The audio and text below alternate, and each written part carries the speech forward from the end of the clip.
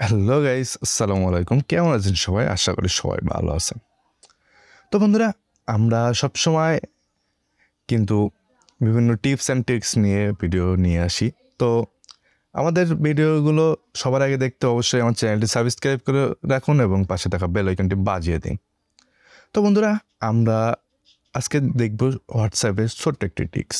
তো আমরা সাধারণত যখন হোয়াটসঅ্যাপে কোনো চ্যাট করতে যাই কারোর সাথে বা প্রাথমিকভাবে যখন শুরু করতে চাই তখন কিন্তু তার নাম্বারটা সেভ করা লাগে।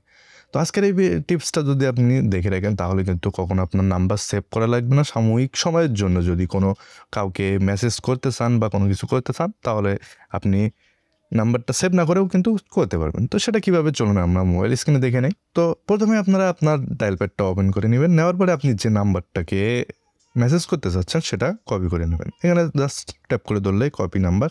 তো এখন আপনারা চলে যাবেন হোয়াটসঅ্যাপে। তো আমি চলে আসলাম হোয়াটসঅ্যাপে। জাস্ট এখানে যে আপনার চ্যাট অপশানটা আছে এখানে চলে যাবেন। যাওয়ার পরে এখানে দেখতে পাচ্ছেন যে মেসেজ ইওর সেলফ। তো এখানে আপনি চলে যাবেন। যাওয়ার পরে আপনার যে নাম্বারটা ওটাকে এখানে পেস্ট করে দেবেন। দেওয়ার পরে আপনাদের যে কাজটা হবে এর উপরে একটা ট্যাপ করবেন। করার পরে যে চ্যাট উইথ নাম্বার তো দেখতে পাচ্ছেন। তবু এখানে কিন্তু আপনি খুব সহজেই তার সাথে চ্যাট করতে পারবেন।